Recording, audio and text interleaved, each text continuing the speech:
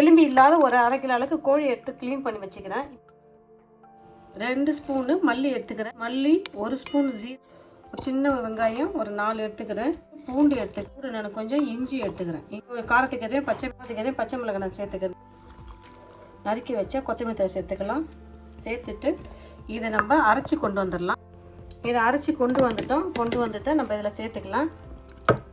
புதினா எல்லாத்தையும் சேர்த்துக்கிறோம். இதில் சேர்த்துக்கலாம்.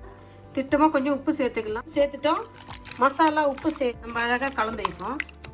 இந்த மசாலாவிலே இந்த கோழி நம்ம 1 மணி நேரம் ஊற வச்சு நம்ம மசாலா போட்டு வச்சு 1 மணி நேரம் ஆயிடுது. இதில் நம்ம 1 டேபிள் ஸ்பூன் அளவுக்கு கார்ன்ஃப்ளவர் மாவு சேர்த்துக்கிறோம். அளவுக்கு கடலை மாவு சேர்த்துக்கிறோம். 1/2 ஸ்பூனு அரிசி மாவு, கொஞ்சம் உப்பு, அரிசி மாவு, கடலை மாவு, கார்ன்ஃப்ளவர் மாவு சேர்த்து நம்ம இதை அழகாக கலந்துக்கலாம். தண்ணி சேர்க்க தேவையில்லை. தண்ணி தேவைப்பட்டால் தண்ணி தெளிச்சிக்கோங்க. இது எல்லாத்தையும் நம்ம அழகாக கலந்துக்கலாம்.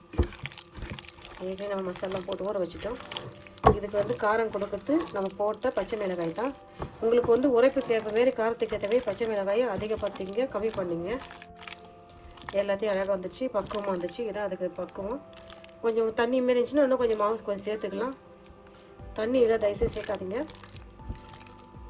தண்ணி உங்களுக்கு தேவைப்பட்டா தெளிச்சிங்க. அவ்வளோதான். இப்படியே இருக்கட்டும். மசாலாம் போட்டு அழகாக சிக்கனை போட்டு வச்சுக்கலாமா.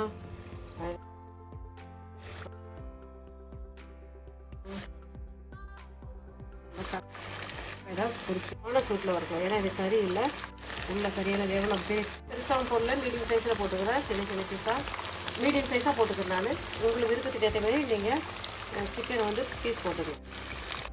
அப்படியே நம்ம இது மிதமான சூட்டில் வேக சூட்டில் திரும்பி போட்டு எல்லாம் அழகாக வேக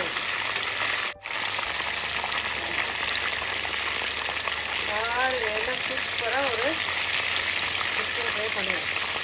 அப்படியே வேகட்டும். இன்னும் அழகே கொஞ்சம் கருவேப்பிலை போட்டுக்கிறோம். பச்சை மிளகாய் போட்டுக்கிறோம். ஏன்னா தனியாக போட்டால் எரிக்கணும். இதுக்கு நம்ம போட்டு வரப்போ நல்லாயிருக்கும். இந்த சிக்கனுக்குள்ளேயே அந்த முந்திரி, பச்சை மிளகாய், கருவேப்பிலை போட்டு நம்ம சேர்த்து பொரிக்கணும். அப்போ ராஜ முந்திரி பக்காவாக இருக்கும், சூப்பராக இருக்கும். ரொம்ப அண்ணா மாதிரி இருக்கும். போதும் வரணுட்டு எடுத்துடலாமா. போதும் வளர்ந்த வரைக்கும் போதும். வாங்க நம்ம இதெல்லாம் எடுத்துடலாம். பாருங்க என்ன சூப்பராக ஒரு எளிமையான முறையில் சிக்கன் ஃப்ரை பண்ணிட்டோம். அழகாக இருக்குதுல்ல. சிக்கன் ராஜமுந்திரி நம்ம செஞ்சிட்டோம்.